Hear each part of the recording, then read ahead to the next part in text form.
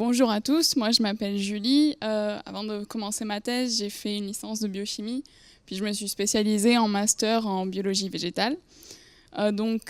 Aujourd'hui je fais ma thèse à l'INRA de Toulouse et mon sujet c'est la caractérisation fonctionnelle de CML8, protéine de la signalisation calcique, de ces ciblés de l'auxine dans l'interaction entre la plante Arabidopsis thaliana et la bactérie Ralstonia solanacearum. Alors, dit plus simplement, ça donne comment les plantes utilisent le calcium pour se défendre et se développer et s'adapter à leur environnement. Donc pourquoi moi j'ai choisi de travailler le calcium? Parce que c'est une molécule essentielle dans toutes les cellules des êtres vivants. Par exemple, quand on était plus petit, on voyait des pubs à la télé sur l'importance de boire et de manger des produits laitiers pour avoir des os solides. Alors oui, le calcium, ça sert à ça, mais pas que.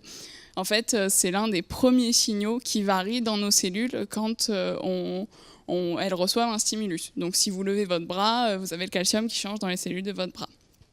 Pour les plantes également, c'est essentiel, d'autant plus qu'elles sont immobiles et donc elles doivent s'adapter à tous les signaux de leur environnement là où elles se trouvent sans bouger.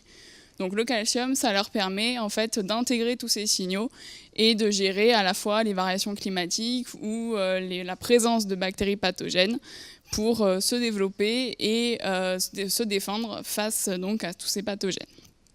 Alors moi, je travaille sur une protéine en particulier qui est la protéine CML8 de la signalisation du calcium, qui en fait est essentielle pour à la fois le développement de la plante et la réponse des défenses immunitaires de la plante face à des bactéries, et notamment la bactérie Ralstonia solanacearum, qui est capable d'infecter plus de 200 espèces de plantes, dont des plantes d'intérêt agronomique comme la tomate, la banane ou encore le piment. Et donc pour comprendre les mécanismes moléculaires de cette protéine donc, dans les cellules des plantes, j'utilise au cours de ma thèse des approches globales de transcriptomique et de protéomique, mais également une approche plus ciblée autour de l'hormone végétale l'auxine. Et donc en fait c'est très important maintenant de comprendre ces mécanismes pour permettre aux plantes de se défendre dans le contexte du changement climatique global que l'on connaît. Merci à tous.